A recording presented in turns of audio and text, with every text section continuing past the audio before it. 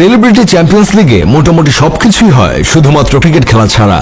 এই ধরেন এখানে সবকিছু প্রদর্শন করা হয়, কে সবচেয়ে বেশি দেখাতে পারে এবং কার ব্যাটের হাতল ধরাটা বেশি সুন্দর, এই সবের প্রতিযোগিতাই মূলত এখানে চলে। তাই মানুষ এসব দেখে বলতেছে এরা আসলে ক্রিকেট খেলতে আসে নাই, বড় বড় ধনকুবেরদের দৃষ্টি আকর্ষণ করতে এসেছে। আবার কেউ কেউ বলতেছে এরা ক্রিকেট খেলার চেয়ে নোংরামি বেশি করছে। এই যে আপনারা এই নায়িকাকে দেখে অন্য কিছু মনে করতে পারেন, কিন্তু আমার অন্য কিছু মনে হয়নি, কারণ তার মন যে অনেকটা বড় তিনি সেটাই সবাইকে দেখাতে এসেছেন। এখন তার মন বড়, এটাকে তিনি একটু স্বাধীনভাবে দেখাতেও পারবে না ভাই?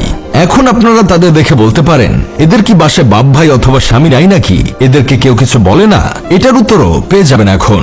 এই যে আমাদের মিস বাংলাদেশ আপুকে দেখতে পাচ্ছেন, উনি আসলে ক্রিকেট খেলতে এসেছেন নাকি অন্য কিছু খেলতে এসেছেন সেটা হয়তো তিনি নিজেই জানেন না। তাই তো এক ইন্টারভিউতে তিনি বলতেছিলেন তার স্বামী দেশের বাইরে আছেন, তাই তাকে ভিডিও কলে ব্যাটের হাতল কিভাবে ধরতে হয় সেটা নাকি শিখিয়েছে। তাছাড়া তিনি আরো বলেছেন তিনি কোনো ছবি ছাড়লে তার শাশুড়ি আম্মা নাকি কমেন্টে এসে বলেন মাশাআল্লাহ অনেক সুন্দর লাগছে আম্মা।